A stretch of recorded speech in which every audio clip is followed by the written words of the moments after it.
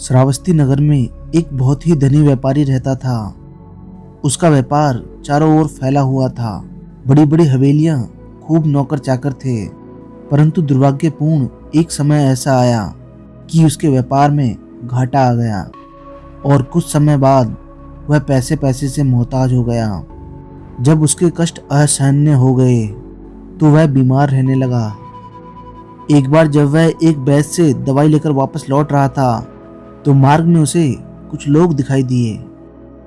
वह बड़े ही खुश लग रहे थे और कह रहे थे कि बुद्ध की शरण में आकर तो मानो कष्ट अपना मार्ग ही बदल लेते हैं। जब उस व्यापारी ने इस बात को सुना तो वह उनसे कहने लगा, सुनो भाई, मैं भी बहुत कष्ट में हूँ, क्या बुद्ध मेरा कष्ट भी दूर कर देंगे? वो लोग कहने लगे, हाँ हाँ भाई, क्यों नहीं, बुद्ध के लिए सभी व्यक्ति एक समान हैं। वहां जाके तुम अपने कष्टों से अवश्य ही मुक्ति पा जाओगे।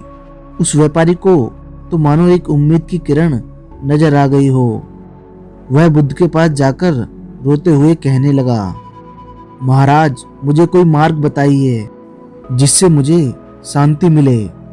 मैं बहुत ही कष्ट में हूँ, मेरा सब कुछ समाप्त हो गया। बुद्ध उस व्यक्ति से बोले, घबराओ मत, शांत हो जाओ और अपनी समस्या बताओ। व्यापारी कहने लगा, मेरा जो कुछ भी था वह सब चला गया, अब मेरे पास कुछ भी नहीं है। बुद्ध ने उससे कहा, तुम्हारा था तो उसे तुम्हारे पास ही रहना चाहिए था, वह चला कैसे गया?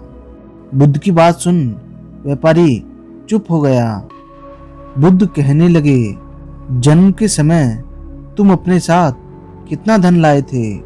व्यापारी बोला, जन्म के समय तो सब खाली हाथ ही आते हैं। बुद्ध बोले, ठीक है, अब यह बताओ कि मरते समय अपने साथ कितनी धन दौलत ले जाना चाहते हो?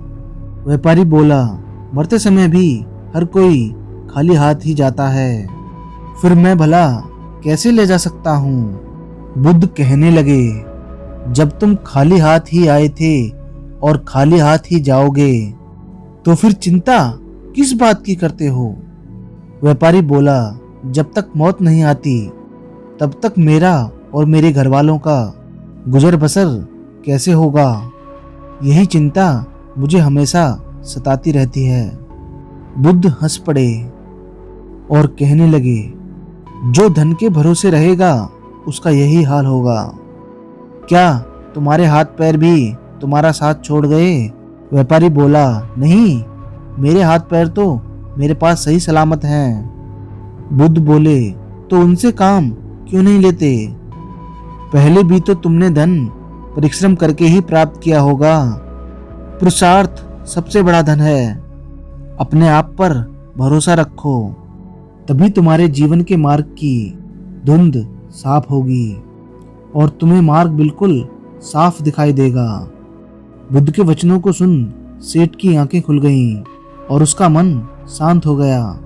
हम अपने जीवन में यही गलती करते हैं, हमें स्वयं पर भरोसा ही नहीं होता। अगर हम स्वयं पर भरोसा करें तो दुनिया का कोई भी कार्य हमारे लिए तुच्छ है।